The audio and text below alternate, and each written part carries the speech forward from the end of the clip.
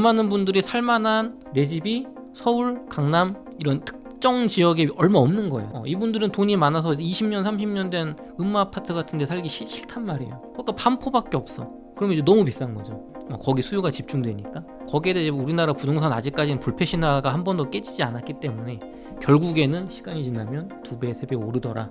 그게 일본처럼 한번 탁 깨져야 이제 뭔가 심리적으로 조심해야 돼 할 텐데 지금 그게 없잖아요. 그렇기 때문에 주식으로 돈을 벌어도, 비트코인으로 돈을 벌어도, 사업으로 돈을 벌어도 적어도 일부분은 안정적인 이런 강남 아파트에다가 투자를 하는 그 수요를 결국은 끊지 못하고 있다.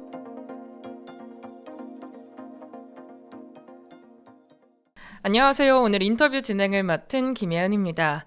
요즘 부동산 시장도 코인 시장도 참 어렵죠. 정부의 계속되는 규제로 부동산 시장 방향성 잡기 어렵고 코인 시장은 주식은 오르는데 코인은 조정받는 것 같고 많은 투자자분들 어떻게 해야 될지 투자 전략 고민되실 것 같습니다.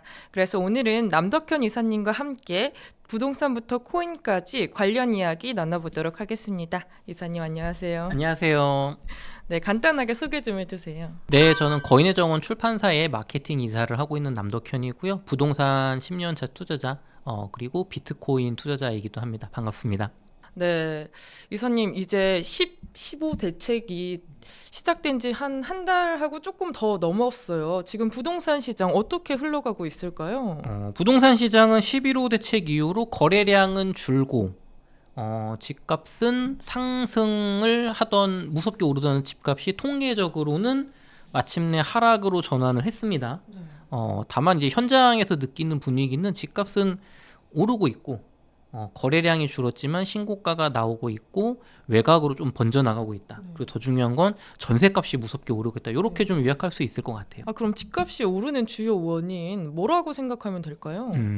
제가 성정길 TV에 나오면서 뭐 거의 1년 반 넘게 지금 똑같은 얘기 계속 드리고 있죠. 결국은 서울 집중화 현상이 해결되지 않은 상태에서 부동산 집중화가 해결되지 않은 상태에서 우리나라의 70년대 후반에 수도 이전이 실패를 했고 박정희 대통령 때 노무현 대통령 때 세종시로의 행정수도 이전까지 실패하면서 수도권 몰빵 집중화 현상이 확정된 가운데 공급 부족, 그다음에 원화 가치의 하락, 그리고 그 자본주의가 심화되면서 돈이 많은 사람들의 출현이 늘어나면서 결국에는 돈 많은 분들이 살만한 아파트, 내 집이 서울, 강남 뭐 이런 특정 지역에 얼마 없는 거예요. 이분들은 돈이 많아서 20년, 30년 된 음마 아파트 같은 데 살기 싫단 말이에요. 내가 100억 부자인데 그런데 왜 살겠어요? 그러니까 반포밖에 없어. 그러면 이제 너무 비싼 거죠. 거기 수요가 집중되니까. 거기에 대해 우리나라 부동산 아직까지는 불패 신화가 한 번도 깨지지 않았기 때문에 결국에는 시간이 지나면 2배, 3배 오르더라. 그게 일본처럼 한번 탁 깨져야 이제 뭔가 심리적으로 조심해야 돼 할 텐데 지금 그게 없잖아요. 결국에는 대한민국에서 돈이 좀 있다고 하는 사람들이 그래도 마음 편안하게 이 통계적으로 검증된 수십 년 동안 검증된 자산을 불리는 가장 확실한 수단이 뭔가라고 했을 때 상급지의 신축 아파트, 상급지 입지 좋은 쪽에 학군 좋은 쪽에 아파트 뭐 빌딩이라는 결론이 자연스럽게 나오는 거죠. 그렇기 때문에 주식으로 돈을 벌어도 비트코인으로 돈을 벌어도 사업으로 돈을 벌어도 적어도 일부분은 안정적인 이런 강남 아파트에다가 투자를 하는 그 수요를 결국은 끊지 못하고 있다. 그리고 그분들을 뭐 말로는 뭐 맨날 뭐 세금 걷는다 하지만 결국은 죽이진 못하거든요. 이제 그걸 어떻게 보면 다 학습을 한 거죠. 그거를 이제 중산층조차도 사실 알고 있어요 이미. 이제 부동산 카페 같은 게 활성화되면서 뭐 대기업 맞벌이 부부 다 알아요. 제가 하는 얘기 이론적인 거는 다 알고 있어요. 근데 내가 돈이 없어서 못 살 뿐이지. 그래서 영끌 되는 분들은 영끌해서 사는 거고.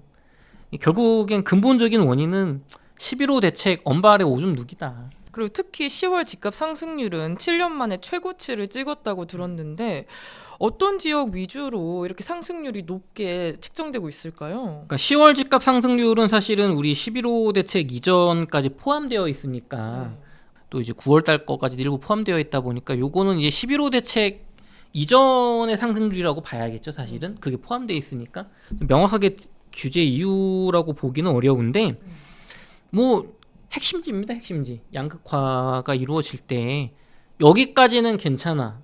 이 라인이 부자분들은 청담동, 뭐 압구정동, 반포동 요 정도, 대치동 정도 들어가겠죠. 뭐 요 정도 들어가는 거고. 그거보다 이제 뭐 한 단계 낮은 레벨의 부자분들은 아예 뭐 저 개포동도 괜찮고 뭐 잠실도 괜찮고 성수전략지구도 괜찮고 이렇게 좀 있는 거죠. 뭐 용산도 들어가고 등등등. 뭐 여의도도 좋고. 이렇게 어떻게 보면 자산이나 어떤 소득 수준에 따라 그 라인들이 있어요. 여기까지는 괜찮아, 이 라인이.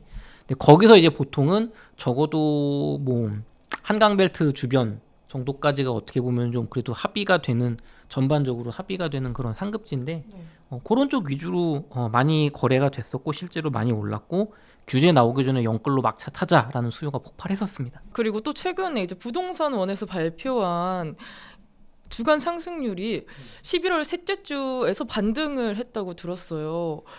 그러면은 11호 대책의 효과가 이제는 조금 사그러들었다고 봐야 되는 걸까요? 그거는 조금 더 봐야 돼요. 그 한국 부동산원의 주간 통계는, 그러니까 이거를 뭐 비판하시는 분들은 정부가 무슨 통계 조작한다는 그런 프레임에 빠지시는 분들이 있는데, 부동산원의 주간 통계는 굉장히 부정확한 통계입니다. 저도 투자를 하면서 그냥 참고 정도로 보는 거지 그거에 제 판단을 많이 하지 않아요. 주간은 너무 이게 실거래가로 막 다 따지는 것도 아니고 그런 공인중개사분들의 주관적인 요즘 분위기 어떠냐 막 이런 게 들어가는 거거든요. 그러니까 정성적인 게 들어가는 거죠. 정량적인 것보다는. 그래서 그거는 무시하시고 저 같으면 실거래가 통계를 보는 게 좋죠. 예를 들면은 국토교통부 실거래가 공개 시스템에 따르면 10월 16일부터 11호 부동산 대책 이후에 10월 31일까지 한 2주 정도 동안 서울의 아파트 거래 이제 건수가 5,262건에서 같은 기간 이제 전주 2주 동안에 비해서 1,640건으로 3분의 1 이상 거래가 급감했거든요. 실거래가 체결된 게. 그러니까 분위기는 얼어붙는 거예요, 점점. 왜냐면 대출 안 해주고 실거주 해야 되니까. 다만 이제 그럼에도 불구하고 나는 이 줄어드는 거래량 속에서도 신고가를 찍는 단지들이 있는 거죠. 반면에 조금 힘이 약했던 지역, 어떤 상승 바람을 타고 이제 조금 불붙을 만한 했던 지역들은 조금 소강 상태일 수 있고, 그러나 전반적으로 지금 서울 부동산이 뭐 11호 부동산 대책으로 잡혔다, 하락했다 이런 건 전혀 아니고 반대로 그렇다고 지금 다시 불붙고 있다. 그것도 말하기 어려워요. 지금은 뜨뜻미지근하게 잡은 것도 아니고 못 잡은 것도 아니지만 그래도 잔불 남아 있고 여전히 시장의 기대치는 결국 조금 이렇게 하다가 우상향할 거야. 요게 현재의 방향타다.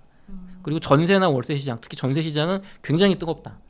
요렇게 좀 정리할 수 있을 것 같아요. 전세는 물량이 거의 없다고 들었는데 그럼 전세 거의 만기 하시는 분들은 지금 어떻게 대응하면 좋을까요? 전세가 만기가 되는 분들은 이제 따져보셔야 돼요. 내가 무주택으로 2년 더 계약갱신 청구권을 써서 2년을 더 살거나 계약갱신 청구권을 쓰신 분들은 지금 조금 더 올려주더라도 이사가서 전세를 또 살 것인가, 그러니까 내 집 마련을 할 거냐 전세를 할 거냐를 지금 냉정하게 고민하셔야 됩니다. 근데 지금 전세에 사시는 분들은 같은 컨디션의 아파트를 대출을 좀 내서 전세금에 조금 보태서 살 수가 없어요. 지금 전세가율이 차이가 많이 나기 때문에 매매가랑 제가 투자했던 막 2015년, 16년 이때는 전세가율이 7, 80%니까 5억짜리 아파트인데 전세가 80%면 4억이거든요. 야, 그러면 그냥 1억 대출 받아서 그래가지고 그냥 내 집 사자가 되잖아요. 근데 지금은 전세가율이 40에서 한 55%예요. 서울 중상급지 같은 경우는. 경기도에 좀 이제 관심도를 덜 받는 지역이 이제 한 7, 80%, 70% 정도 되는 거고. 그 이제 50%라고 치면 내가 지금 또 집값도 많이 올랐잖아요. 지금 저기 막 20억짜리인데 내가 지금 전세로 10억 살고 있었어요. 10억을 대출 받아서 빌려주지도 않아 지금. 못 사요, 그러니까 못 사. 그럼 결국에 나는 지금 서울에 저기 공덕동 이런데 10억짜리 전세 막 살고 있었는데 그럼 집을 살까? 봤더니 대출이 안 나오고 돈이 부족해서 경기도에 사야라고?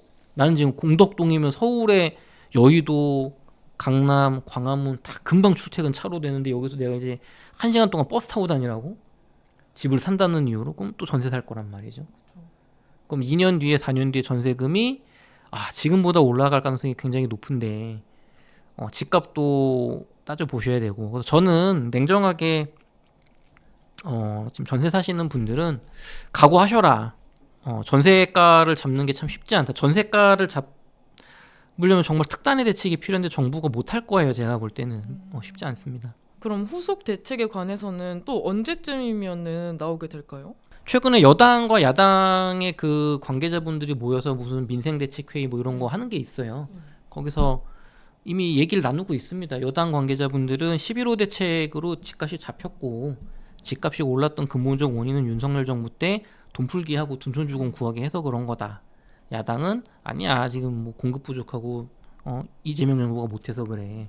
그러니까 늘 제가 한 20년째 봐왔던 니 탓 내 탓하고 있고 근본적인 그런 게 안 나오고 있어요.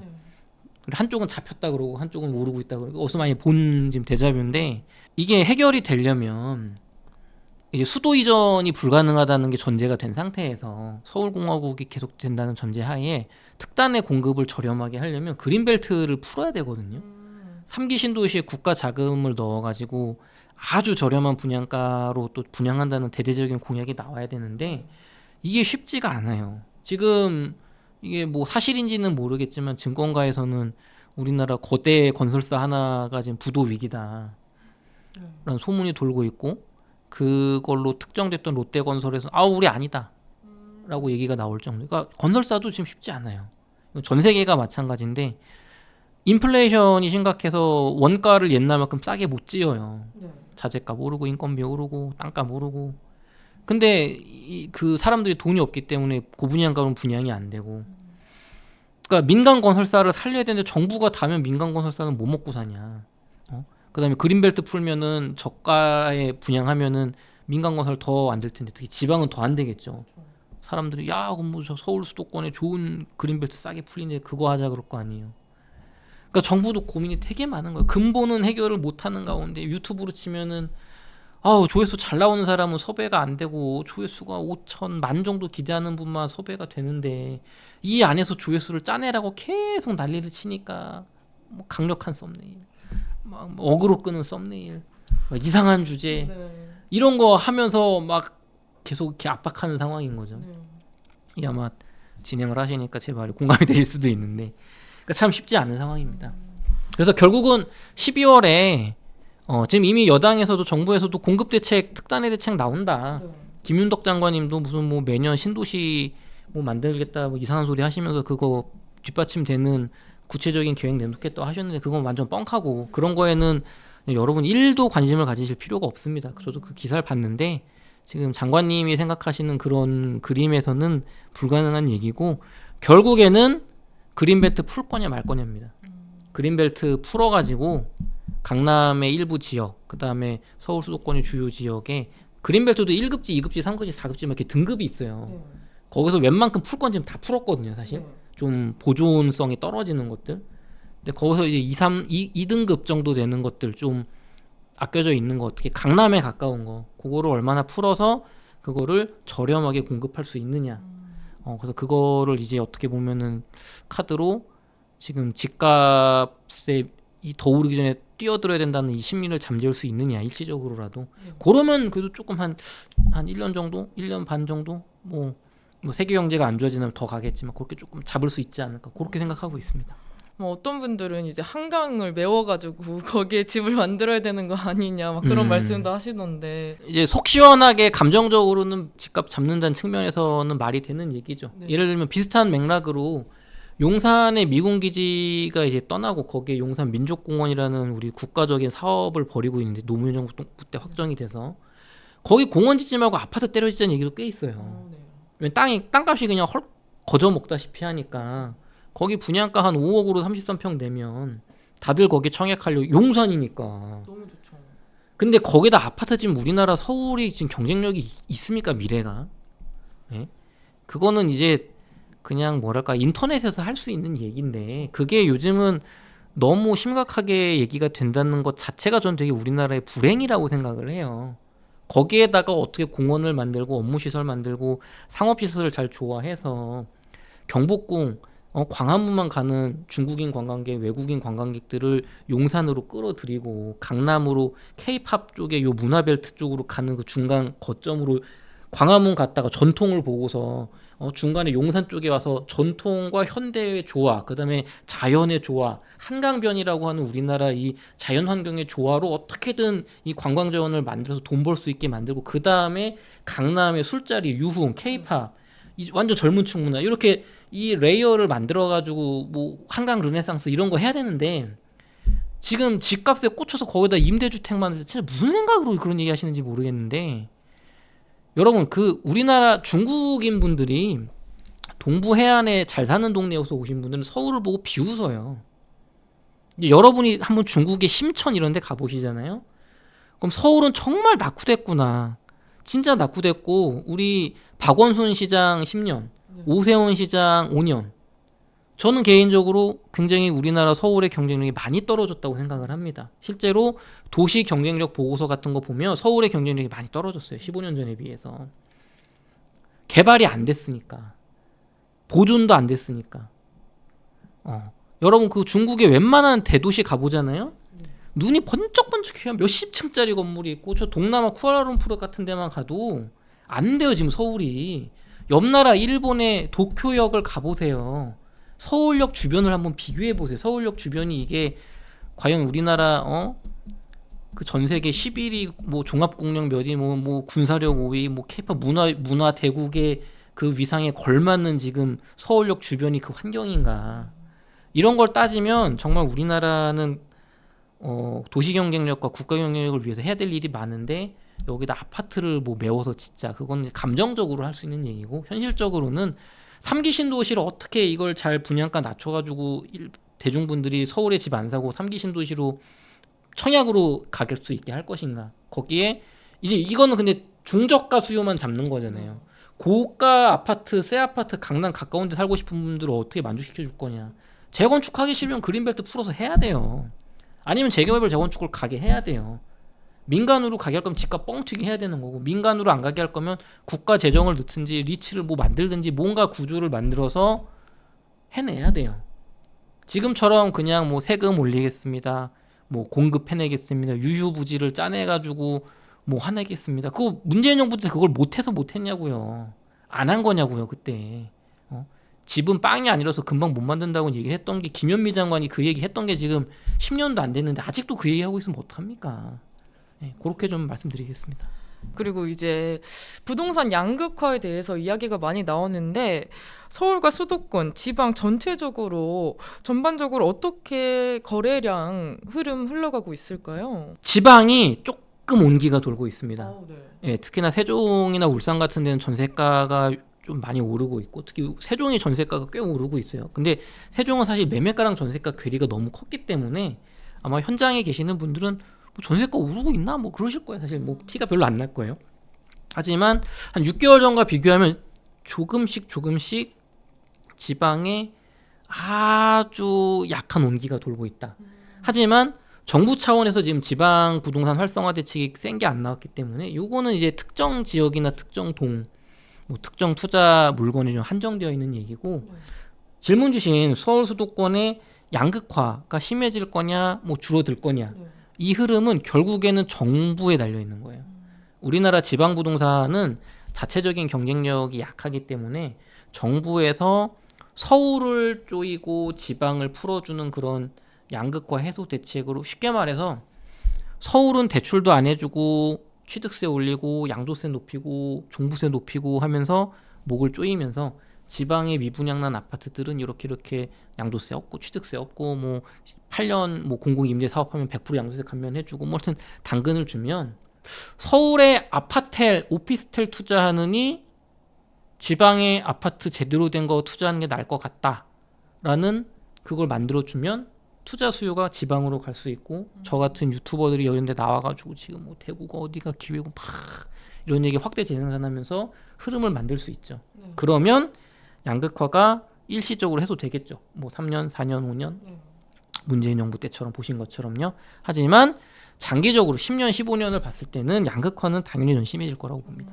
서울 내에서도 막 강남권이나 비강남권도 엄청 심하잖아요. 오름폭도 다른데. 네.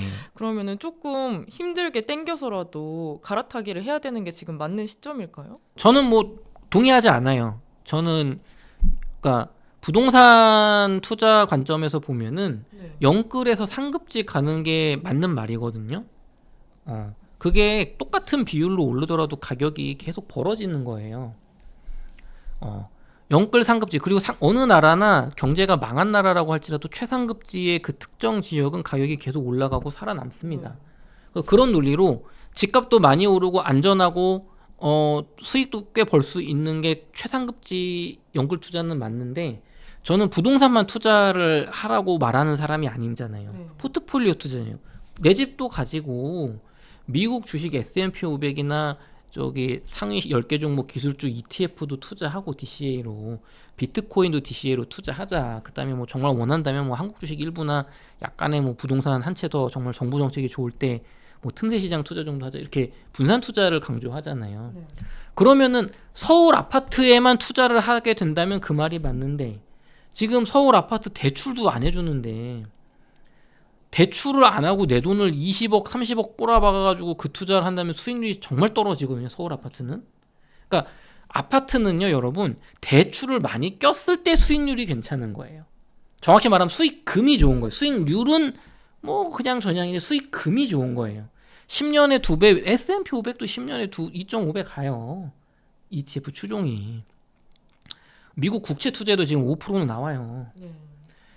근데 이 수익금이 대출을 많이 받고 하니까 아파트가 큰 거거든요. 근데 우리가 주식에는 4억 5억 빌려서 투자를 못하고 빌려주지도 않고 좀 떨어지면 청산당하고 그러니까 저 같은 이런 포트폴리오 관점에서는 영끌에서 따라갈 거면은 한 1년 반 전이나 2년 전이면 모르는데 지금은 늦었다. 당장에 제가 작년 말에 성정길 TV에서 말할 때 정도의 영끌로 따라갔으면 모르겠는데 그때도 지났잖아요 지금 벌써. 그렇죠. 지금 앵커님이랑 제가 서울 집값 오른다 얘기한 게 지금 그래서 한 7, 8개월 된 것 같은데 그럼 왜 지금 사요 그거를 그리고 대출도 막혔잖아요. 그렇죠. 그러니까 이미 이제 지금 살려면 사업자 대출해가지고 사업자로 끌어다 쓰고 P2P 대출 쓰고 2순위 후순위 대출 끌어다 쓰고 대출을 막 금리 12% 막 이래요. 후순위 대출 들어가시면 그런 거 하지 마시고 그래 이미 집이 있는 분들은 지금 내 집 정도면 괜찮아 생각하시면서 저라면 환율이 지금 이렇게 올라가는 상황에서 탈원화 자산을 어떻게 투자할 것인가를 좀 더 고민을 하겠습니다. 그럼 앞으로 이제 6개월 부동산 시장을 관통하는 이제 가장 핵심적인 키워드를 꼽자면 뭐가 있을까요? 12월 공급 대책에 그린벨트가 풀리냐 마냐, 지방 투자 활성화 대책이 나오냐가 두 번째죠. 세 번째는 토지공 개념입니다. 토지공 개념은 6개월 동안이 아니라 앞으로 이재명 정부 4년 6개월을 끌고 갈 키워드입니다. 조국 혁신당의 조국 대표께서 모든 부동산 정책에 토지공 개념을 도입해야 된다는 발언을 하셨거든요. 토지공 개념은 핵심지의 집값 상승과 동의어가 될 가능성이 높아요. 공급이 씨가 마른다는 얘기고 전세가가 폭등할 가능성이 높거든요. 그러니까 토지공 개념을 하려면 경제 분야나 부동산 분야만으로는 안 되고 모든 분야가 사실 들어가야 되는 거죠. 공공의 이익을 위해서 사익을 제한할 수 있다가 최상위가 된다는 거는 요즘 트위터상에서 많은 분들이 하는 게 지금 서학개미 때문에 환율 오른다고 정부에서 지금 돌려치고 있는데 이거 미국 주식 사는 거 제한하거나 세금 물리는 거 아니야? 라는 걱정하시는데 그게 토지공 개념하고 똑같은 겁니다, 여러분. 그게 돼야 돼요. 대한민국의 공공의 이익을 위해서 국내 주식이나 부동산에 투자가 돌아야 되는데 너무 미국 주식을 많이 가서 환율이 올라서 우리나라 경쟁력이 안 좋으니까 대한민국의 국민들의 공공의 이익을 위해서 개인의 사익을 제한할 수 있다. 그러니까 쉽게 말해서 미국 주식 한 달에 몇천 달러 이상 투자 못하게 강제하겠다. 이게 토지공 개념이랑 똑같은 거예요. 부동산이 너무 많이 오르고 일부 부자가 부동산 투자로 너무 과도한 투자 이익을 가지니까 공공의 이익을 위해서 투자 사익을 제한하겠다를 부동산에만 적용하면 이건 실패할 겁니다. 아니 왜 부동산만 그래? 그리고 법률적으로 자꾸 모순되잖아요. 헌법소원 가서 자꾸 깨질 거예요. 다른 분야도 다 그렇게 적용하는 국가가 돼야지 되는 겁니다. 그러면 이거는 정권의 이제 성격의 문제인 거죠. 사회주의 성격을 국민들한테 용인을 받고 법을 그렇게 바꿔 나갈 수 있는 그런 정권이 돼야 되는 거예요. 그럼 우리나라 국민이 지금 이재명 정부를 볼 때 그 정도까지는 동의를 하고 뽑은 게 아니기 때문에 결국엔 이건 구호나 일부의 이제 괴롭힘에 그칠 가능성이 높고 재건축 초과이익 환수금을 더 높여야 된다 뭐 이런 식으로 발현이 되겠죠.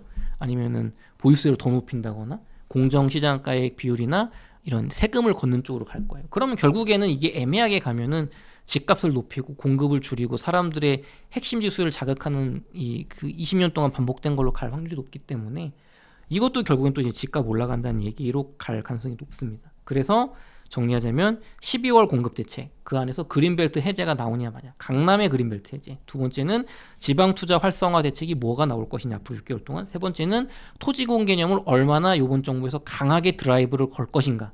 토지공 개념이 강해진다는 건 5년 내로 부동산 시장의 핵심지에 더 큰 상승을 불러일으킬 가능성이 높습니다. 이렇게 좀 정리해드리겠습니다. 네, 이번엔 정말 부동산 끝났다 이런 식으로 이야기하시는 분들이 정말 많은데요. 이사님이 보시기에는 어떤가요? 동의하지 않죠. 네. 네. 뭐 전혀 동의하지 않고요. 이렇게는 말할 수 있을 것 같아요. 대한민국의 모든 지역의 아파트가 오르는 시장은 끝났다는 말이 되고 대한민국의 중소 지방 도시의 아파트까지 오르던 시장은 끝났다. 이것도 말이 되죠. 근데 이제 5대 광역시, 특히나 대전이나 대구나 세종, 부산, 요 정도, 광주는 제가 볼 때 조금 애매해요. 요 정도를 포함해서 지방 광역시, 그다음 서울과 수도권을 부동산 상승이 끝났다, 특히나 아파트가 끝났다고 말하는 거는 뭐 말도 안 된다고 생각합니다. 그러면 지역은 폭락할 가능성이 있는 곳도 다수 존재하나요? 폭락을 하려면 먼저 올라야 돼요. 근데 지금 지방은 안 올랐어요. 물론 근데 이제 지방의 지역에 따라서 제가 그 지역을 말씀드리면 그 지역 사시는 분들이 기분이 나쁘실 수 있으니까 말씀은 못 드리겠지만 문재인 정부 때 뭐 과도하게 올랐던 지방 중에 좀 덜 빠졌다고 생각되는 지역도 있어요. 근데 이제 그런 데는 좀 어려운 시간을 겪겠지만 이렇게 봐야죠. 지방으로 갈수록 가격이 떨어진다기보다는 오르지 못하고 유지되거나 서서히 떨어져서 결국에는 가끔 뭐 지방에 보면은 뭐 1억도 안 되는 아파트들 꽤 있거든요. 지은 지 막 40년 된 거, 5층짜리, 3층짜리. 그런 아파트가 서서히 무너진 거예요, 사실. 우리나라 부동산 이렇게 좋았던 몇십 년 동안에도 그 범위가 이제 점점 넓어진다라고 봐야겠죠. 이제 아파트 사기 정말 어려워졌다 이런 말 정말 많이 나오는데 이런 시기일수록 더 기회라고 생각하시는 분도 있을 것 같아요. 이사님은 지금 같은 시기가 오히려 아파트 매수의 기회라고 생각하실까요? 저는 아파트 매수의 기회가 자산이 적고 나이가 젊고 성실히 사시는 분들, 하루 8시간 이상 근무를 하면서 그거를 정규직이든 무기계약직이든 그런 형태로 보장을 받았지만 나는 모은 돈이 적거나 부모님한테 물려받은 돈이 없고 부동산 지식이 부족해서 서울의 아파트를 살 수 없다고 포기하시는 분들에게는 굉장한 기회가 있다고 생각을 합니다. 반면에 어느 정도 자산을 일구시고 내가 한 순자산이 10억 정도 된다, 한 15억 된다, 이런 분들은 지금 참 쉽지 않은 시기라고 봐요. 이런 분들이 대출받아서 상급지 갈 수 있는 길이 막혔고 지금 나이도 50대신데 지금 영끌해가지고 그렇게 또 투자하기 무섭고, 그러니까 지금은 자산이 적고 모은 돈이 없는 분들 중에 성실히 사시는 분들에게는 엄청난 기회입니다. 왜냐하면 저처럼 지금 경기도의 괜찮은 지역 아파트들 3억에서 6억 사이 아파트들이 저처럼 저평가되어 있다고 평가하는 부동산 전문가들은 적고 무조건 상급지 영끌해가지고 좋은 거 사라잖아요. 그렇기 때문에 얘네가 지금 저평가받고 있어요. 이 좋은 아파트들이, 살기 좋은 아파트들이. 남양주 왕숙의 A24구역, B17구역이 33평 분양가가 6억인데 동탄의 퍼스트파크 아파트가 4억이란 말이에요. 얘는 신축이고 지금 GTX 나오려면 진짜 7년은 걸릴 텐데 100% 지어진다는 보장도 없는데, 그러니까 이런 관점으로 봤을 때 부동산 투자에 희망이 있고 큰 돈 벌 기회 있는 거 맞다. 단 전통적인 부동산 이론과 좀 다르게 가야 된다. 자본이 적은 분들은. 내가 한 40억 있다. 그런 분들은 깔끔해요. 강남 사면 돼. 근데 그런 분들은 많지 않으니까. 그렇죠. 그런 분들은 많지 않으니까. 그러니까 유튜브 상에서 저도 그런 얘기 다루고 싶단 말이에요. 저도 지방 부동산이나 한 4억에서 5억대 아파트를 다루고 싶은데 조회수가 안 나오니까 맨날 비싼 아파트 얘기하게 되는데 도대체 그게 무슨 상관입니까? 강남의 리센치가 30억을 가든 40억을 가든 영상 보시는 분들하고 무슨 상관이에요, 그게? 그쵸. 거기가 오르니까 여기가 다음에 오를 겁니다. 뭐 이런 예측은 가능하겠지만 그 얘기만 한단 말이에요. 그 얘기만. 오히려 남양주 왕숙 신도시 지금 분양하고 있는 33평 6억에 평당 1,700, 1,800에 분양하는 거 사도 이게 괜찮은 얘기인가요? 이런 영상이 나와야 사실 현실적인 도움이 될 텐데 그럼 그거 말고 뭐 살까요? 근데 이런 신문이나 뉴스상에서는 자극적인 걸 다뤄 조회수가 되기 때문에 그런 얘기를 하기가 어렵단 말이죠. 네, 그래서 정리하자면 지금 한국부동산, 서울부동산, 특히나 서울 수도권 부동산, 경기도 부동산에 굉장한 기회가 많이 남아있다. 희망을 포기할 이유 전혀 없다. 단 공부는 조금 해야 됩니다. 또 이제 요즘에 부동산 하락 이야기하시는 분들은 인구 감소 이야기 많이 하시는데 1인 가구 증가와 저출산이 이런 구조적 문제가 장기적으로 부동산 시장 구조에 어떤 영향을 주게 될까요? 인구가 감소하고 1인 가구가 증가하고 저출산이라는 이런 구조적 변화는 양극화를 더 심화시키는 요인입니다. 우리가 과거엔 사실 이 얘기가 나온 게 벌써 글쎄요 2000년대 후반 2008년 9년 뭐 이때쯤인 것 같아요. 제가 처음 접했던 게 인구 감소 얘기가 좀 부동산에 확실히 악영향 줄 거라는 게 저는 이게 이미 영향을 주고 있다고 생각을 합니다. 당장에 지방에 이렇게 폭넓게 지방까지 이렇게 같이 올라가는 구조가 아니라 지금 서울과 대도시가 이 주변을 빨아먹는 구조로 가고 있잖아요. 그러니까 점점 지방이 비고 사람이 없고 외국인이 늘어나면 한국인들은 떠나게 돼요. 거기를 주변에 큰 도시로 가고 그 주변에 큰 도시에서도 불안한 분들은 서울로 오는 거고 영끌해서 그래서 좋은 건 더 비싸게 나쁜 건 더 싸게 애매한 건 위험하게 애매한 건 따라 올라갔다가 거품이 꺼질 때 크게 꺼질 우려가 큽니다. 이게 일본이 이미 보여줬어요. 사실 부동산 상승일 동력을 뱅크 오브 재팬에서 그러니까 일본 은행이 좀 잘못 대처를 했죠. 그때 80년대 후반 90년대 초에 금리를 너무 급격하게 늘리고 미친 듯한 공급 대책을 쏟아내고 하면서 어떻게 보면 심리를 완전히 꺾어버린 거죠. 국민들한테서. 그래서 그게 겹쳐지고 뭐 이제 산업적인 어려움도 있으면서 지금 집값이 뭐 도쿄의 핵심지는 올랐죠. 그리고 지방에서도 핵심지는 꽤 버텨줬는데 그 외가 이제 전멸하다시피 떨어졌죠. 우리나라도 그렇게 될 가능성이 있습니다. 다만 이제 일본의 예를 봤기 때문에 그렇게 안 되게 국가가 하겠죠. 그러니까 여러분들 착각하시면 안 되는 게 일본은 되게 우리한테 좋은 예가 되는 거예요. 우리나라는 일본이 했다 망한 걸 봤잖아요. 그러니까 이거를 집값만 보는 관점 입장에서는 야 집값이 일본처럼 많이 못 오르면 좋은 거 아니겠냐 하시겠지만 국가가 망해버렸다고요. 그것 때문에. 아니 돈이 안 도니까 뭐 투자를 해야 뭐 이렇게 돈이 돌고 누군가 빌려서 쓰고 막 이렇게 돌아야 되잖아요. 건설사들도 거기서 돈을 벌어야 뭐 사업을 할 거 아닙니까? 그래서 이제 우리나라는 그렇게 되지 않으면서도 집값의 폭등을 막으려고는 이 중간선을 가려고 하겠죠. 그래서 장기적인 구조에서는 결국에는 사람들을 똑똑한 사람들은 더 비싸고 더 핵심지로 몰려가게 할 거고 웃돈을 주서라도 그리고 포기하는 사람들을 만들 겁니다. 집 안 사. 전월세로 살아. 금융 투자하는 게 낫겠어. 그렇게 가면서 지금처럼 뭐 부동산은 불패다. 뭐 지방은 죽었지만 서울 수도권에 사놓기만 하면 돈 번다라는 걸 당장에 뭐 5년, 7년 내로는 아니겠지만 10년, 뭐 15년 내로는 그게 깨질 차례가 될 것 같아요. 대표적으로 뭐 용인의 동백지구 90년대 후반, 2000년대 초에 지었던 그런 많은 아파트들 지금 35년 차 정도 됐죠. 30년 차. 89년 아파트, 92년 아파트 이런 아파트 지금 우리가 볼 때 좀 낡았는데 그래도 살만하고 가격 아직 유지되거든요. 전월세 유지되거든요. 근데 40년 차 되기 시작하면 아파트 전세 가격이 급격히 빠져요. 아파트의 수명을 보통 40년 정도 봅니다. 그 실질 수명, 그러니까 가격 수명으로 봤을 때.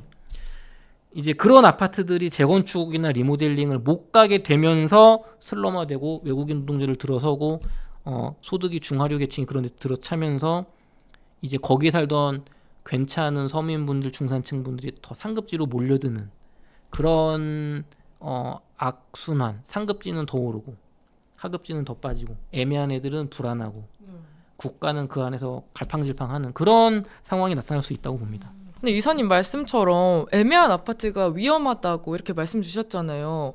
그래서 경기도 아파트들도 그러면 어떻게 옥석 가리기를 해야 될지 고민 많이 되실 것 같은데 이사님만의 기준 같은 걸 세운다면 뭐가 있을까요? 제가 세우는 기준에 가장 중요한 건 살기가 좋아야 돼요. 그러니까 살기가 좋은데 투자성이 그래도 70점은 넘는 거. 그러니까 보통은 투자를 하실 때, 집을 사실 때 그러니까 돈을 많이 벌 수 있는 가능성을 1순위로 두고 투자자분들은 2순위가 거주성이 사실 거주도 안 하죠. 전세 주고 자기는 몸빵 안 하니까. 근데 지금 실거주 의무가 이미 됐기 때문에 토지 거래 허가 됐기 때문에 실거주 해야 된단 말이에요. 근데 그거랑 사실은 별개로 저는 투자성이 그냥 그럭저럭 괜찮으면 돼요. 70점만 넘어도 돼. 중요한 건 내가 거기서 10년 이상 살만한 동네인가 이 아파트 컨디션인가를 막 보시는 게 중요합니다. 그러면 내가 투자하고 나서 급격하게 부동산 시장이나 이 글로벌 시장이 변해서 이 집값이 내가 산 아파트가 가격이 많이 못 오르더라도 혹은 유지 정도밖에 못 하더라도 그 전월세 돈을 안 내는 걸로 어떻게 보면 그 돈을 뽑을 수 있는 거거든요. 실거주비를 뽑는 거거든요. 근데 내가 투자성만 보고 실거주 만족도가 떨어지는 데 들어가면 애를 키우다가 이제 얘가 이사 가야 돼. 공부가 여기서 이 꼴통학교에서 못 키우겠어 라는 타이밍이 왔을 때 이 양아치들 많은 동네에서 못 키우겠어. 이 위험한 동네에서 못 키우겠어. 이 심심한 동네에서 내가 못 살겠어 라는 타이밍이 왔을 때 굉장한 문제가 돼요. 집값이 올라 있으면 좋은데 떨어져 있을 때 혹은 내 아파트 오른 것보다 주변에 더 올라 있을 때 그때 문제가 돼요. 그래서 실거주 겸 투자를 하셔야 됩니다. 거주 만족도가 높으면서 서울 강남이나 광화문 같은 핵심 지역에 지하철이나 버스를 이용해서 그래도 1시간 이내에 도어투도어로 출퇴근이 되는 지역 중에 가격이 제일 싼 거를 고르시면 크게 후회하실 일이 없습니다. 그럼 가격이 싸다는 거 기준을 뭘 기준으로 세우면 좋을까요? 저는 경기도라면 6억 이하, 서울이라면 9억 이하가 싸다의 기준인 것 같아요. 경기도에 6억 이하는 특히 좋은 거 많이 있습니다. 물건들이 아직도 여러분 좀 찾아보시면 좋아요. 결국에는 그거죠. 위험을 보는 거예요. 재건축 재개발 못하고 낡은 아파트들이 슬럼화될 수 있는 가능성을 보는 거예요. 10년 전에 제가 그 가능성을 배제했거든요. 국가가 이렇게 무책임하게 흘러가게 두지 않을 거야. 정치인들이 그렇게 하지 않을 거야 라고 저는 10년 전에 생각을 했는데 이게 쉽지 않구나를 많이 느껴요. 특히나 저는 문재인 정부 때 그걸 되게 많이 느꼈습니다. 이때 재개발 재건축 안 가면 어떡하려고 그러지? 근데 윤석열 정부, 이재명 정부를 지나가면서도 마찬가지예요. 지금도 지금 1기 신도시 지금 시동 안 걸면 순차 개발 언제 하냐 이거. 지금 시작해도 20년 걸릴 텐데 그럼 나머지는 어떡하지? 1기 분당에 못 가고 있으면은 용인은 어떡하지? 동백지구 어떡하지? 인천 연수구 어떡하지? 송도 같은 새 아파트 짓고 청라 짓고 검단 신도시 때려박으면 인천 연수구 80년대 후반 5층짜리 아파트들 어떻게 하지? 거기 그냥 슬럼화되고 외국인 노동자촌 되게 하나? 안산의 아파트들 어떡하지? 105 신도시 이런 거 계속 만들면 그 위에 정왕동은 어떡하지? 그런 생각이 지금은 많이 들어요 저는. 그렇기 때문에 신도시의 실거주 만족도가 높은 구축 한 20년, 25년 이내 된 건 괜찮다. 10년 이상 살 거니까 그런 거 15년 정도 살 수 있으니까 40년까지. 근데 이제 35년 된 거, 40년 된 거 투자성 보고 재개발된다, 재건축된다, 리모델링 되면 뜬다 이런 거 지금 조심하셔야 돼요. 제가 보는 관점이 5년 전하고 부동산 보는 관점이 많이 바뀌었어요 저는.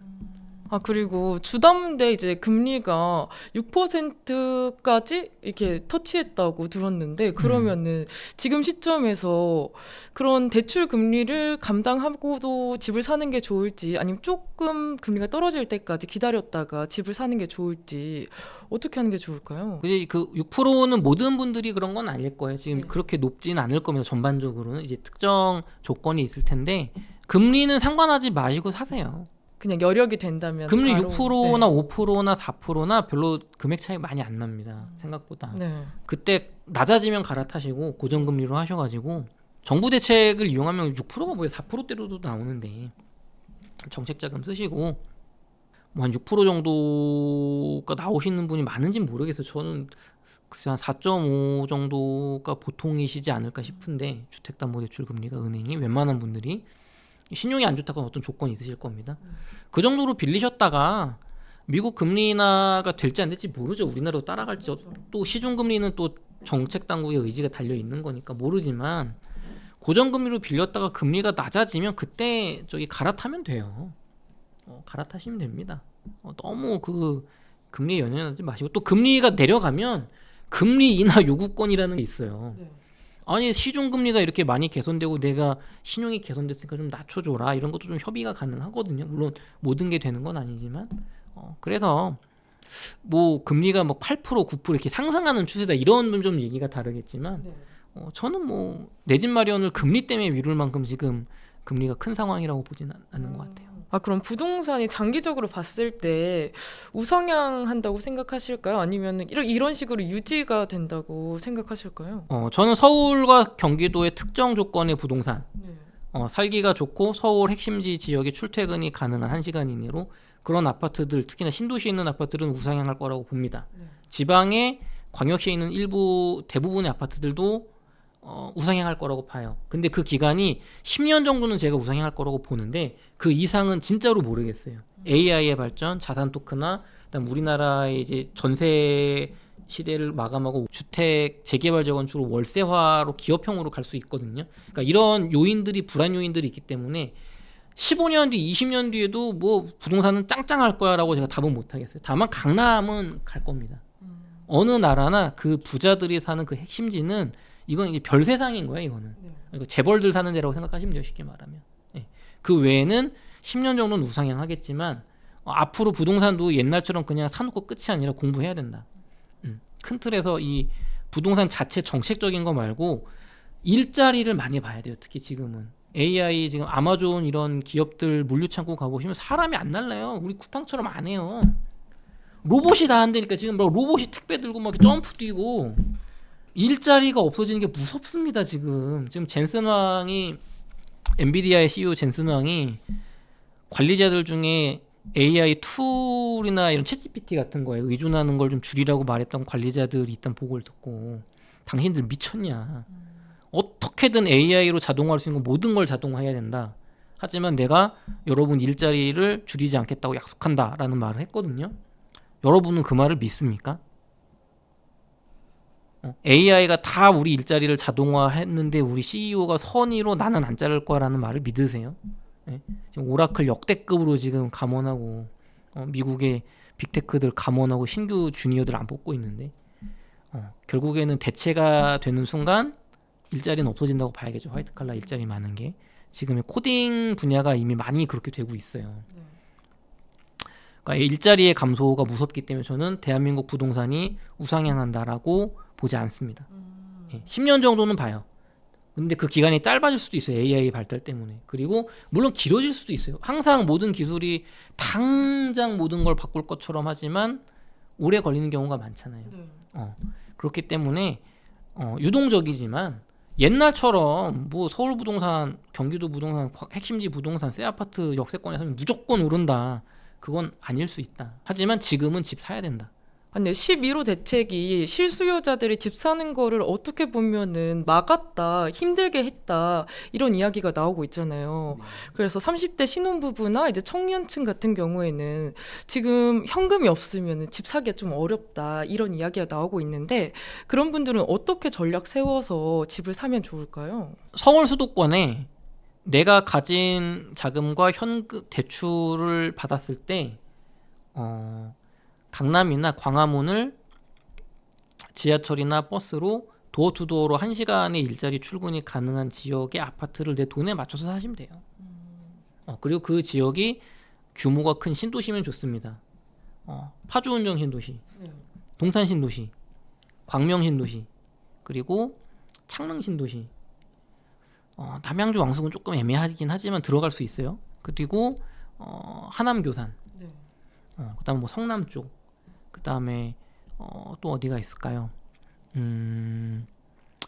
검단이나 청라는 가격이 좀 저렴해야 확실히 인천 쪽이니까 메리트가 있을 것 같고, 요 정도 보시면 웬만큼 이 정도 지금 말씀드린 신도시 내에서 금액 맞춰서 사시면 후회 안 하실 거예요. 그 대신에 그 신도시 내에서 아파트 컨디션을 보고 외곽으로 가지 마시고 서울 수도권 출퇴근이 가능한 1시간 내로 가능한 그런 거를 사시면 웬만큼 후회 안 하실 겁니다. 아, 그럼 도어투도어로 1시간 정도가 딱 기준점이라고 생각하면 될까요? 네, 그거보다 짧으면 좋은데 짧은 건 비싸서 못 사요. 그쵸. 못 사죠. 네.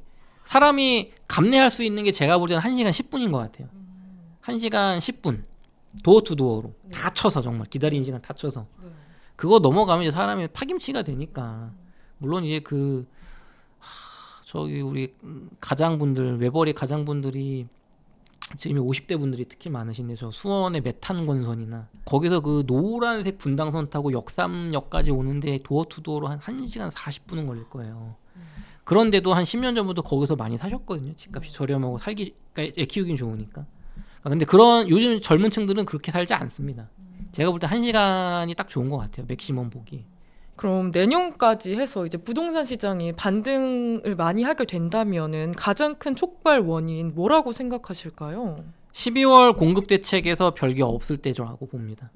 그리고 미국에서 내년에 이제 파월 의장이 바뀌고 새로운 의장님 오시고 금리 인하가 본격화되고 돈 풀기가 된다. 미국의 인플레이션 우려가 별게 아니었다. 그리고 지금의 주식시장 AI 버블론이 잘 꺼져서 수습이 되고 미국 주식 오르고 한국 주식 오르고 금값 다시 오르고 비트코인 오르고 어떤 전쟁들 러우 전쟁 이런 거 잘 마무리되고 이런 식으로 이제 세계 경제가 호황에 가는 상황에서 국내 부동산 공급이 뾰족한 수가 없겠구나라는 게 폐가 까발려졌을 때 본격적인 폭등이 다시 올 수 있다고 보지만 조금 그래도 당금질 시간이 필요하지 않을까요? 내년에 제가 항상 말씀드린 지방선거 전까지는 어떻게든 누르지 않겠어요? 또 정부에선 지금 양도세 중과 완화 배제 이제 그 연장 5월 9일 이후로 안 해준다는 그 카드가 아직 하나 있고 또 이제 종부세나 재산세 올리는 게 카드가 있으니까 세금 올린다 아니 뭐 이렇게 좀 협박하면서 어떻게든 그냥 눌러서 내년 그래도 한 상반기까지 누를 수 있지 않을까. 너무 이렇게 너무 조급해할 필요는 없지만 내 집 마련하시는 방향으로 가시고 그래서 폭등의 트리거라고 한다면 저는 세계 경제가 좋은 방향으로 가는 가운데 우리나라 저가 아파트 공급 수단이 없구나 정부가 문재인 시즌 2구나 라고 민주당 지지자들마저 마음속으로 인정을 하기 시작할 때가 그때일 것 같아요. 그러면은 지금 집을 사도 좋을 지역 조건이 있다면 뭐가 있을까요? 네, 제가 뭐 1시간이나 뭐 어떤 신도시 얘기들 해드렸으니까 그거 말고 신축 아파트 분양 관련 하나만 말씀드려볼게요.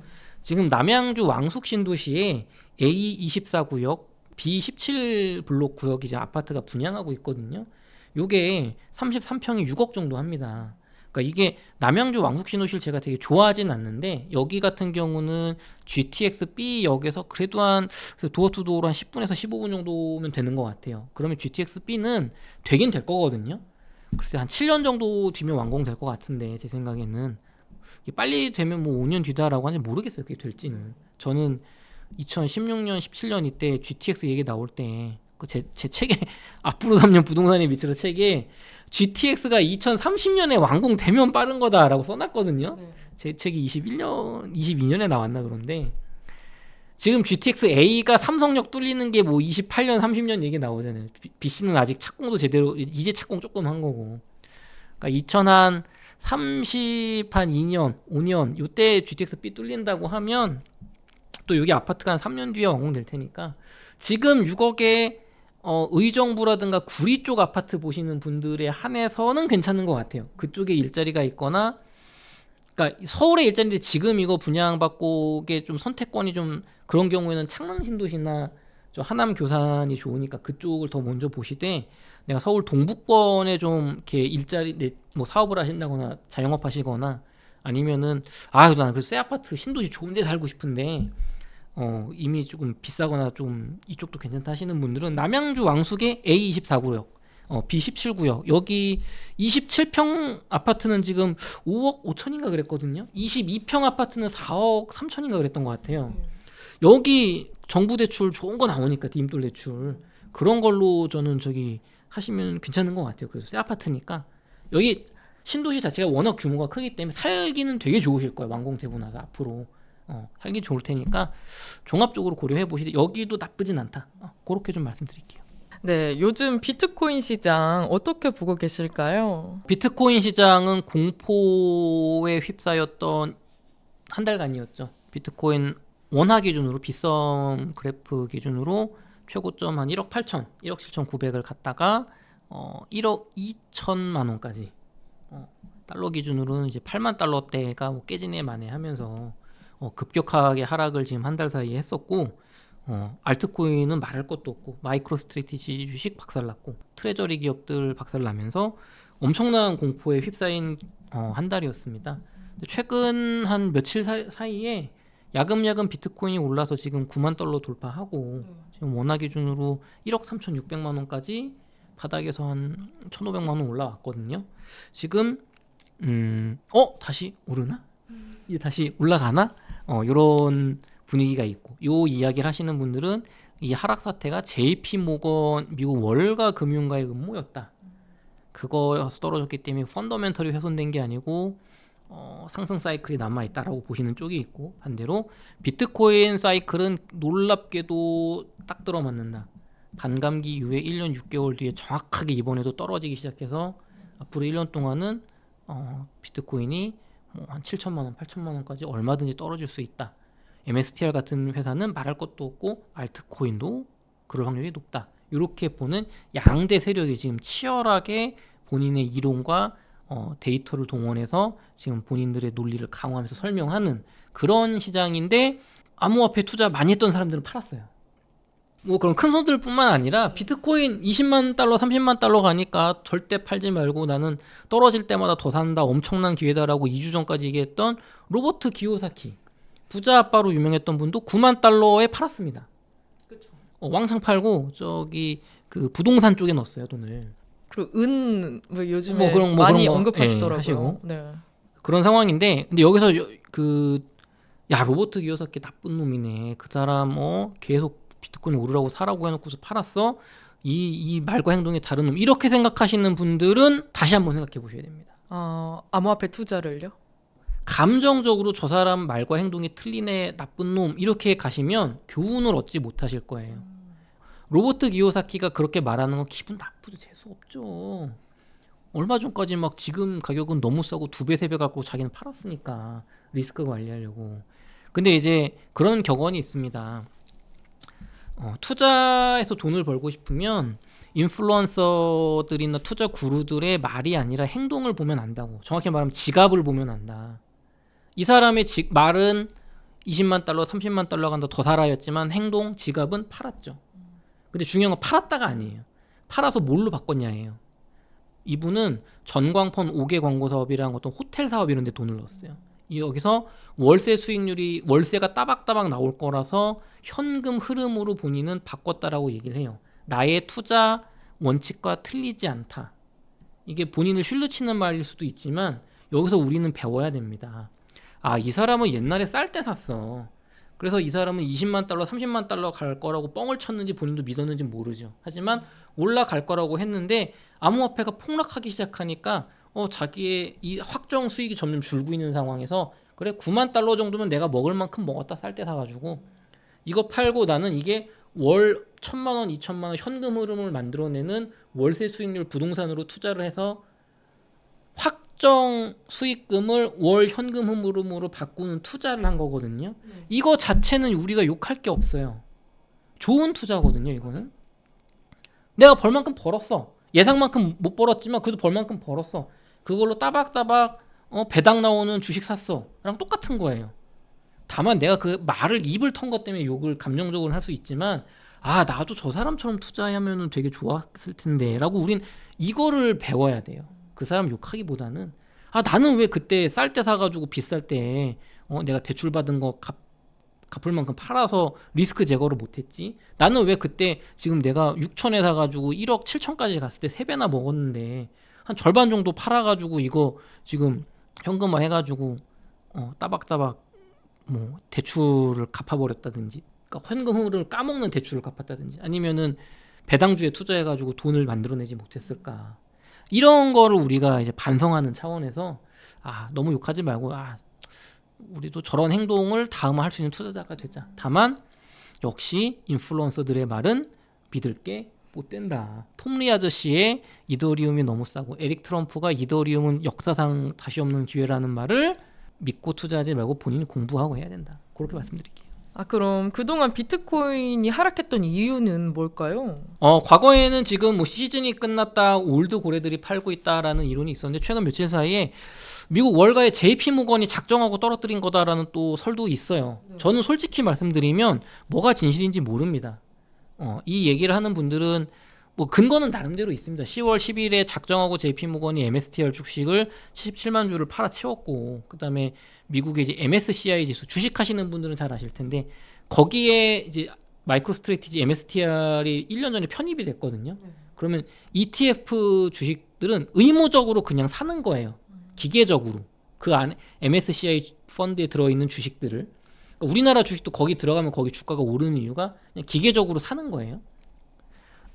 근데 이제 여기서 이런 트레저리 기업들, 얘네들은 사실은 회사가 아니고 펀드 같은 거 아니냐. 비트코인을 모아서 비트코인 가격이 오르면 주가가 오르내리는 거니까 이런 자산의 비중이 50%가 넘는 회사들은 기업이 아니고 그냥 펀드 같은 거다, 사실상. 그러니까 얘네들을 MSCI 지수에서 퇴출시켜야 된다라는 얘기가 나왔고, 그거를 진지하게 논의가 된다는 걸 이제 JP 모건이 밝히고, 그래서 여기서 퇴출되면 스트래티지 주가가 폭락할 수 있다.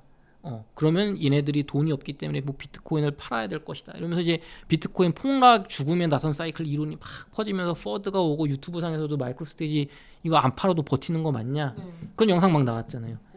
근데 이게 알고 봤더니 JP 모건의 작품이었다.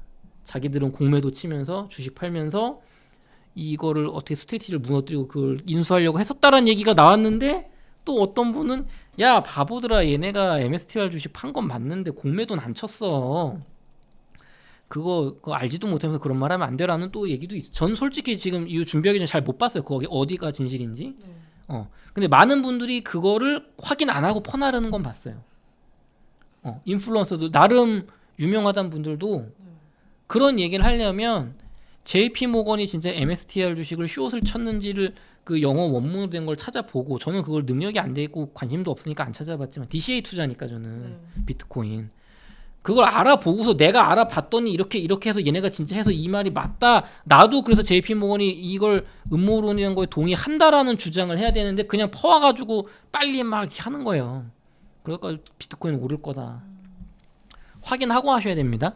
다만 분명한 건 있습니다. JP 모건이 IBIT라는 비트코인 ETF 어떤 상품을 내놓으면서 지금 블랙록이랑 이렇게 손잡고서 막, 미국 월가가 지금 뭔가 만들고 있는 그림이 있어요.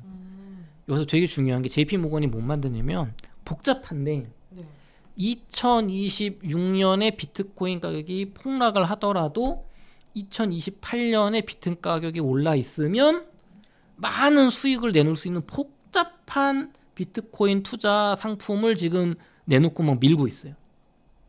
이게 최근에 밝혀졌어요. 이게 구조가 ELS 사태 이런 거 잘 들어보신 분들 있을 텐데, 주식 투자하시는 분들 중에 홍콩에서 무슨 막 이렇게 만든 건데 원화 환율이 1,200원 이하일 때 뭐 2년 지나면 수익이 많은데 1,300원 넘으면 큰 손실을 무한대로, 막 이런 거 몇 년마다 돌거든요. 잊을만 하면 터져요, 이런 사태가. 그런 구조예요, 이게 쉽게 말하면. 비트코인이 사이클이 깨졌다는 거는 2026년에 하락장이 올 가능성이 높죠. 사이클 이론만 본다면. 근데 26년에 떨어지더라도 28년 시점에 비트코인이 많이 올라와 있다면 이 투자라는 사람들은 큰 돈을 벌 수 있단 말이에요. 너무 구미에 맞잖아. 그러면 JP 모건 입장에서는 지금 폭락시킬 요인이 맞고 비트코인 암호화폐 사이클 깨졌다, 암호화폐 1년 동안 폭락장만 남았다는 걸 만들 요인이 있다는 거죠, 이들 입장에서. 그래서 그 음모론에서 말하는 MSTR 공매도를 치고 MSCI 퇴출 펀드 얘기를 흘리면서, 실제로 퇴출될 가능성이 있어요. 1월 15일 날 MSTR 퇴출, MSCI 지수 퇴출 여부가 결정됩니다. 퇴출되면 많이 떨어질 수 있어요. MSTU 상폐될 수도 있어요. 하루 50% 이상 떨어지면 실존하는 위협입니다. 근데 그 과정에서 이거를 JP 모건 월가가 설계했다는 얘기도 있는 거예요. 그러니까 음모론으로 풀자면 MSCI 지수에 1년 전에 MS 스트래티지가 이렇게 비트코인 모으라는 회사라는 걸 모르고 편입시켜줬어? 그때는 왜 편입시켜준 거야? 그럼 1년 만에 얘를 퇴출시킨다면은 도대체 MSCI 지수는 뭐 하는 애들이야? 그것도 모르고 편입시켰어? 라는 얘기를 할 수 있잖아요. 그쵸. 마이크로 스트래티지는 1년 전이나 지금은 전략이 바뀐 게 없어요. 그때는 되고 지금은 안 된다. 그러면 이게 금융 복합체 월가의 이 탐욕에 눈먼 사람들이 변동성을 만들어서 본인들이 돈 벌려고 하는 수작 아닌가라고 보는 세력도 있고, 제 관점은 나는 모르겠다. 이 사람 말 들으면 그게 그럴듯하고 저 사람 말 들으면 그게 그럴듯하니까 그냥 비트코인만 사자.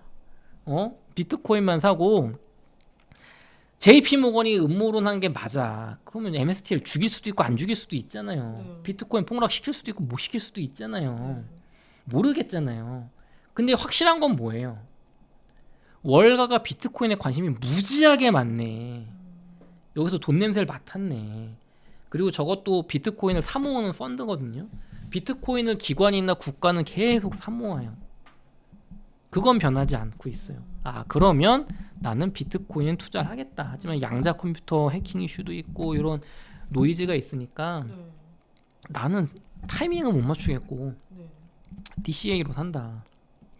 아니 뭐 JP모건이 내오는 26년에 안 좋고 28년에 올랐으면 돈 버는 그 펀드 사는 건 어때요? 그게 그렇게 좋으면은 사세요. 근데 전 안 삽니다. 그거 절대 안 삽니다. 저 사람들이 그거 어느 정도 수익은 벌게 해주겠지만 블랙스완은 얼마든지 만들 수 있다고 봐요. 본인들이 가격 통제할 수도 있고. 그러니까 저는 좀 월가와 지금 전통금융과 이 신흥금융 세력이 좀 맞붙고 있다는 게 어느 정도 심정적으로 동감하지만 모르니까 판단을 유보하는 거고, 단지 비트코인에 대해서 이게 상방이 굉장히 열려 있고 하방도 열려 있지만 굉장히 지금 돈 있는 사람들이 이걸 가지고 뭔가를 만들고 있는 그림은 확실하고 모으고 있다. 부자들은 모으고 있다. 기관은 모으고 있다. 그럼 나도 내 여력이 되는 한도 내에서 분할로 모은다. 그 전략으로 가고 있어요. 근데 비트코인이 좀 계속 조정받는 모양새다가 지금 27일이거든요. 11월 27일인데 최근 한 3, 4일 동안은 조금씩 올라서 9만 달러까지 이렇게 터치를 했잖아요. 그럼 최근 오른 이유는 뭐라고 생각하면 될까요? 첫 번째로는 제가 볼 때는 기술적으로 보면 너무 많이 떨어져서 그래요. 보통 주식이나 강황국 작가님이 자주 그런 얘기 하시는데 실제로 제가 통계를 봐도 어떤 주식이든 자산이든 너무 급락하면 보통은 그거에 한 절반 정도의 뭐 3분의 1 내지 절반 정도의 되돌림 현상은 쉽게 나옵니다. 그러니까 너무 단기 급락하니까 이제 떨어질 만큼 떨어졌다는 수도 있는 거고. 근데 이제 그 이후에 이제 우하향하는 애들은 이렇게 조금 오를 만한 이게 2차 전지 패턴인데. 그렇죠. 그렇죠? 그러니까 이거는 특별한 게 아니에요, 기술적으로 제가 볼 때. 그러니까 지금 막 엄청난 의미 부여하면서 이제 무조건 반등으로 간다. 이거는 아닌 것 같아. 기술적으로 나올 수 있는 패턴이고, 단지 여기서 이제 10만 달러, 11만 달러, 12만 달러 올라갈 수 있느냐. 그럼 그거는 이제 미국에서 어떤 유동성이 풀리고 금리 인하에 그치지 않고 QT 종료하고 QE를 시작한다거나 스테이블 코인 발행하면서 뭔가 돈을 푸는 그런 모습들. 그다음에 암호 위험 자산인 비트코인에도 암호화폐 선호 현상으로 갈 만큼 미국 경제가 조금 안정화됐다라고 사람들이 판단할 만큼 뭐 그런 것들이 겹쳐져야죠. 그래야지 비트코인이 확실히 이제 상승 전환했다고 보는 거지. 지금은 그냥 많이 떨어지다가 반등했다. 왜 반등했는지 100%는 모른다 아직. 다만 암호화폐계에서는 JP모건이 생각했던 이런 공매도 치고 공포 분위기 조성하고 이런 거에 대한 반동으로 야 이거 사실 이렇게 떨어질 거 아닌데 JP모건은 월가 세력 때문에 떨어진 거 아니야? 약간 희망적인 것도 생긴 게 있는 거죠. 근데 하지만 지금 이거 보고서 막 올라간다. 이거는 너무 빠르다고 봅니다. 기술적 분석하는 분들 중에 뭐 음펌비나 뭐 하락 다이버전스, 상승 다이버전스 이런 거 보시는 분들 중에 그래도 좀 잘 맞춘 분들은 이거 일시적 현상이라고 보는 분들도 꽤 있어요. 물론 반대로 지금이 기회라고 하는 분들도 많습니다. 다만 저는 그걸 못 맞추니까 저는 3년 동안 장기로 분할해서 그냥 매일 사는 거예요. 그리고 최근 비트코인 시세가 많이 하락하면서 시즌 종료다 이런 식으로 말씀하시는 분들도 정말 많잖아요. 이사님은 어떻게 보시나요? 가능성이 있다고 생각합니다. 반반이라고 봐요, 전 지금. 그러니까 제가 그 예은 앵커님하고 그 한 4개월 전, 5개월 전쯤인 것 같은데 김승호 회장님 얘기를 하면서 그때 이제 비트마인 주가가 많이 막 다시 오를 때였어요. 그 비트마인에 막 톱니가 나와서 막 사라고 설치고. 김승호 회장님도 샀다고 하고 이더리움 트레저리가 뜬다 막 그런 얘기 할 때 그때 제가 나와서 MSTR 주가가 빌빌대고 있는데, 특히 MSTI는 박살났는데, MSTU도 박살나고 있는데, 마이크로 스트래티지나 이더리움 트레저리 기업에는 논리가 똑같다. 근데 지금 이거 왜 사냐? 유명인이 샀다고 따라 사는 거는 위험하다고 본다. 시즌 종료 가능성도 있고 비트코인도 언제든지 반토막 날 수 있는데 그렇게 접근하면 안 된다라고 얘기를 했거든요. 그리고 그때 마음이 불안하신 분들은 내가 감당 가능한 만큼 코인을 덜어내야 된다는 얘기도 했어요. 그때 댓글에 보시면 한 9억 정도 비트코인 투자하셨는데 8억 5천 팔았다는 분이 댓글을 제가 봤거든요. 그분은 비트코인 1억 6천, 1억 5천 할 때니까 거의 손해 안 보고 파셨을 거예요. 오히려 조금 올랐던 가격일 수도 있어요.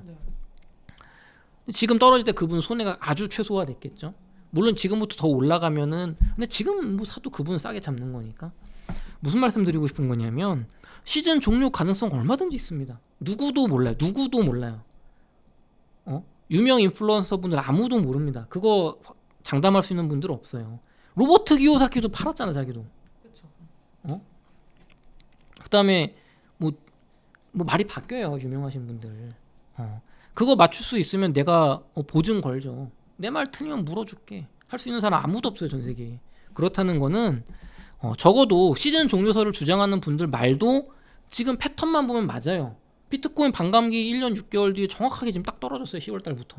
물론 JP 모건이 만든 음모론이야, 아니면 일시적인 유동성 부족에 의한 일시적인 하나라고 비트코인 사이클 연장해서, 이것도 가능성이 있는데 이거 투자하시는 저나 여러분이 그걸 맞출 수 있냐는 다른 얘기잖아요. 그리고 내가 그게 틀렸을 때, 올인했을 때, 앞으로 오를 일만 남았다고 올인했을 때 시즌 종료가 맞았어. 그러면 진짜 박살날 수 있는데, 알트도 박살날 수 있는데 그걸 내가 감당 가능한 금액이냐. 그래서 조심하셔야 된다는 거예요, 지금. 모르겠으면 사지 마라. 그렇게 말씀드릴게요. 주식시장은 또 올라가는데 원래 비트코인도 같이 따라가는 흐름을 보였는데 최근은 따라가지 않고 비트는 떨어지고 그런 흐름 보였었잖아요. 네. 이걸 일반 투자자들은 어떻게 해석을 하면 좋을까요? 저는 모른다고 생각해요. 원래 같이 간다고 막 연계성 막 이런 식으로 이야기도 많이 나왔었잖아요. 그러니까 제가 비트코인 저도 복귀를 해보니까, 저도 요번에 투자하면서 부동산으로 수익 보고 있고 비트코인으로 수익 보고 있지만 알트코인하고 스트래티지에서 손해를 보고 있단 말이에요. 그러니까 토탈로 치면 좀 포트폴리오 투자니까 일부 알트만 하시는 분들처럼 막 인생 망해서 혹은 내가 손해봤어는 아니죠. 특히나 지금 부동산이 좀 좋게 보니까 아마 저는 그래도 비트코인이 그러니까 저는 쉽게 말하면 이거야. 알트코인이 빵원되고 내가 산 게 다 빵원돼. 도지코인이고 다 빵원돼. 끝났어. 그냥 휴지 조각되고 스트래티지 망하고 비트코인 반토막 막 70% 폭락해도 비트코인이 우상향 한다거나 2028년 이후로 다시 살아난다거나, 혹은 이거 비트코인까지 망하더라도 한국 서울 부동산이 올라간다면 저는 괜찮은 거예요. 입장이 다른 거예요. 그런 분들 입장에서는 주식시장이 이렇게 흐름을 따라가니까, 주식이 이렇게 미국 주식이 올라가 비트코인도 따라갈 거야, 돈을 더 넣어보자, 이런 선택할 수 있어요. 비중이 얼마 안 돼. 10억 중에, 내 순자산 10억 중에 한 1억 비트코인에 넣어볼 수 있잖아요. 알트코인에도 넣어볼 수 있잖아요. 근데 나는 순자산이 5천만 원인데 지금 4천만 원 알트 넣었다 물려서 이제 1,000만 원 남았어. 그런 분들은 그렇게 하면 안 되죠. 그래서 주식시장의 흐름을 따라갈 거냐, 따라갈 때는 따라간다는 얘기가 나오고 안 따라갈 때는 비상관 자산이라는 얘기가 나왔어요. 한 1년 반 전만 해도 비트코인은 주식이나 부동산을 따라가지 않는 비상관 자산이라고 했어요. 지금은 나스닥 따라간다고 해요. 물론 지금 최근 한 1년 반 정도는 그 흐름을 보여준 게 맞아요. 근데 앞으로도 그럴 거냐는 모릅니다. 다만 제가 생각할 때 글로벌 M2는 확실히 맞는 것 같아요.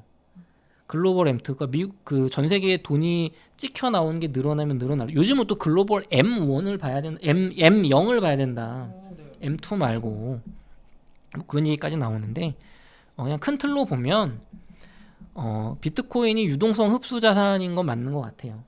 그래서 M2가 폭발적으로 증가한다라는 빅프린트, 전 세계가 AI 일자리 감소와 이런 사회 변혁에서 기본소득을 주기 위해서라도 돈을 찍어서 줄 수밖에 없을 것이다. 그리고 이 폭발적으로 증가하는 국가의 대출을 계속 찍어서 돌려막기 할 것이다를 믿는 측에서는 돈 계속 풀 거니까 비트코인 장기적으로 우상향이야. 이거는 저도 동의가 돼요. 근데 이제 미국 주식 따라간다, 주가 따라간다. 뭐 그거는 주가 미국 주식이 박살 나 봐야 알 것 같아요. 비트코인도 같이 박살 날 수도 있고 똑같이 박살 났지만 비트코인이 먼저 올라갈 수도 있고 미국 주식이 빌빌대는데 비트코인 사이클론에 따라서 뭐 1년 반감기 뭐 빙하기 위해 급등할 수도 있고 그러면 또 다른 얘기가 나올 거거든요. 지금 얘기가 비트코인은 사이클 투자다. 지금은 그 얘기가 흔들흔들 하잖아요. 1년 전에는 안 그랬어요. 1년 전에는 사이클론이 대세였다고요. 서울 부동산, 일본도 부동산 불패 꺼지기 전에 부동산이 불패였어요. 우리나라도 강남 부동산은 불패죠. 서울 부동산 불패죠. 깨져야 알아요. 이 얘기는 저는 그런 세세한 강론을 맞추는 투자를 하지 않아요. 그러니까 좀 다른 거예요. 나는 수익률을 포기하고 타이밍이나 리스크를 제거하고 중간값으로 사서 제가 보는 건 비트코인이 10년 뒤에 지금보다 올라 있을 거냐 하고 적어도 지금 고점은 갈 수 있냐 그것만 봐요. 그 관점으로 이제 DCA로 해서 타이밍을 제거하는 투자를 하기 때문에 주식시장 단기적으로 글쎄 따라갈 수도 그래도 있지 않을까요? 금이랑 나스닥 이렇게 좋은데 유동성 풀린다면? 근데 이 말 듣고 투자하면 안 된다는 거예요. 판단은 본인이 하는 겁니다.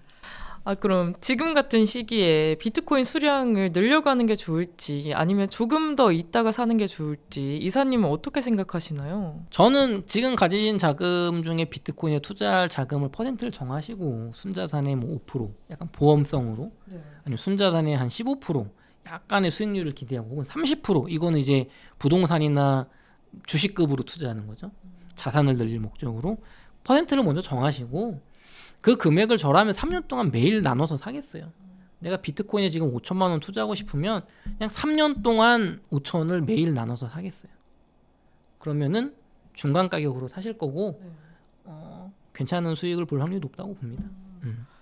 그리고 많은 분들이 이제 궁금해하실 내용일 것 같은데 향후 6개월에서 1년 비트코인 시세 전망 어떻게 하고 계시나요? 야 이거는 진짜 제 능력으로 막 한참 벗어나는 거라서 제가 무슨 말씀을 못 드리겠는데 저도 뭐 초 비트코인 투자자인데 뭐 뭘 알겠습니까? 게다가 알트코인으로 손해를 보고 있는데 뭐 제 말에 얼마나 무게가 있겠어요, 그렇죠? 비트는 올랐고 알트는 떨어졌고 부동산 올랐지만 어쨌든 알트에서 손해를 보고 있잖아요. 다 맞추는 사람이 아닌데 제 말이 뭐 제가 뭐 지식이 많은 것도 아니고요. 크립토의 세계에서 전망을 그래도 저한테 물어보신다면 저는 제가 1년은 모르겠는데 저는 6개월 동안 둘 중 하나로 갈 것 같아요. 시즌 종료가 맞아서 많이 떨어지거나 아니면 생각보다 많이 오르거나 애매하게 가진 않을 것 같아요. 저는. 야, 그 뭔 소리야? 오를 수도 있고 맞아요. 저 모르겠어요. 저는 근데 그래도 6대4 정도로 저는 지금 시즌 종료가 아니고 생각보다 비트코인이 내년 상반기 정도에 조금 오를 수 있지 않을까라는 생각을 아직도 갖고 있거든요. 근데 이게 저는 중요한 것 같지 않아요, 전망이. 저는 투자가 아까 말씀드렸듯이 내 생각대로 안 가고 비트가 마이너스 70% 나도 나는 괜찮은 투자를 지금 해놨다고 했잖아요. 전 장기 우상향은 틀리지 않다고 보니까. 그래서 결국에는 전망을 자꾸 전문가들 말을 보고 따라 하려고 하지 말고 내가 손절 라인 만들어 가지고 단타로 딱 사고 파는 투자자냐 트레이더냐 아니면 그냥 주구장창 사모는 가치 투자자냐. 가치 투자자도 싸다고 생각할 때 한 번에 목돈 넣는 타이밍을 보는 사람이냐 저처럼 DCA 하는 사람이냐 그거를 정하고 그 다음에 투자하시는 게 맞지 않나 생각이 듭니다. 요거 제 얘기 듣고서 올라간다 하고 저 사람 얘기 들으면 떨어진다고 구분 못해요. 아니 지금 전문가들도 구분 못하는데 그거 어떻게 합니까 우리가. 그럼 극단적 하락 아니면 극단적 상승 둘 중 하나라고 생각하면 될까요? 뭐 저는 그럴 것 같아요. 예. 뭐 물론 또 제3의 길도 있습니다. 야 계단식 우상승한다. 그쵸. 그럼 또 이제 탈 패턴에 또 탈 패턴이죠. 결론은 모르겠다. 근데 여러분 진짜로 제가 그래도 저는 솔직한 유튜버라고 생각을 합니다. 이렇게 말하기 쉽지 않잖아요. 다 맞출 수 있다고 하잖아요. 물어보세요. 그 맞출 수 있다는 분들한테. 그럼 내가 네 말 믿고 투자해서 맞으면은 50% 너한테 줄게. 틀리면 내 돈 50% 물어줘 하면 아무도 그거 딜을 하지 않을 거예요. 네, 오늘 남덕현 이사님과 부동산부터 코인까지 이야기 나눠봤는데요. 이사님, 그럼 저희 성공의 진심인 구독자분들께 한 말씀만 부탁드려요. 네, 성정일TV 시청자 여러분, 요즘 부동산 시장도 그렇고 암호화폐 시장도 참 격변의 시기인 것 같아요. 특히나 암호화폐 투자자분들은 참 괴로운 시간을 보내고 있을 텐데 저는 그런 것 같아요. 모든 투자가 항상 지금만 기회가 있는 게 아니고, 부동산도 지금만 기회가 있는 게 아니고, 뭐 상급지만 있는 게 아닙니다. 다만 내가 너무 모르는 거에 대해서 가격이 많이 오른 걸 더 오를 거니까 사는 투자는 이제 그만하고, 이미 많이 올랐지만 더 오를 것 같은 상품을 내가 이러한 논리 때문에 정말 오를 수밖에 없다라는 그런 확신, 그리고 내 예상대로 되지 않았을 때 당장 2년 3년은 힘들겠지만 5년 10년 뒤에는 회복하고도 더 2배 3배 오를 거라는 그 정도의 확신을 얻는 투자로 가야 된다고 생각을 해요. 그러려면 괴롭지만 공부를 해야 됩니다. 그리고 제가 생각할 때는 이런 유튜브도 좋지만, 유튜브는 제가 깊은 얘기를 한다고 하지만 지금 20분 내에 뭐 얼마나 깊은 얘기를 하겠어요. 그렇죠? 결국에는 좋은 투자자들의 그 생각을 잘 담은 책들이 있거든요. 책들을 그래도 저는 한 달에 한 권 정도는 보셔야 된다고 봐요. 우리나라 국민분들의 1년이 독서량이 1년에 한 권을 읽지 않습니다. 여러분이 딴 거 안 하고 한 달에 책 한 권만 읽으면 1년이면 12권이잖아요. 그러면은 보통 대한민국 국민보다 12배로 공부 열심히 하는 거예요. 그럼 그 책이 괜찮은 책이라는 전제하에 설령 그 책이 틀렸더라도 시장은 왜 이 책대로 이거 읽을 때는 되게 그럴듯했는데 그렇게 되지 않았을까, 내가 되게 깊은 사유를 할 수 있거든요. 그래서 좋은 부동산 책이나 암호화폐 책을 한번 읽으면서 서점에 가셔서 공부를 하셨으면 좋겠고, 뭐 오태민 교수님의 비트코인 없는 미래는 없다, 그 미국의 이제 유명한 암호화폐 투자자 지미 송이 쓴 당신은 왜 부자가 되지 못하는가, 요 두 책은 법정화폐 시스템이 어떻게 인플레이션으로 우리의 부를 국가가 야금야금 가져가는지를 잘 고찰한 좋은 책들이거든요. 이런 책들을 읽어보시면 비트코인 가격이 1억 7천에서 1억 2천으로 떨어질 때, 야, 나는 지금 같은 시기에 팔지 않겠어, 손절하지 않겠어, 오히려 조금씩 더 사 모으겠어, 이런 가치적인 판단을 늘려주는 좋은 책이에요. 물론 트레이딩을 하시는 분들은 이것만 보고 투자를 하시면 안 돼요. 트레이딩 하시는 분들은 뭐 121선, 501선, 351선, 혹은 비트코인 200일 주봉, 뭐 이런 게 있거든요. 200주봉. 이런 거 깨졌을 때 코인이 폭락하더라. 그런 트레이딩 관점은 그런 게 중요하거든요. 근데 그런 거를 어떤 책이든 좋아요. 저희 거인의 출판에서 나온 책도 좋고 다 좋은데 공부를 하셔야 돼요. 유튜브 말 듣고 하지 마시고 공부를 하시고, 내가 그 정도 공부 지식이 안 된다 하면 제가 말씀드리는 것처럼 근본 가치만 한번 공부해 보시고, 서울부동산이든 미국 주식 S&P 500 추종 ETF든 비트코인이든 DCA로 타이밍을 배제하고 사모으자.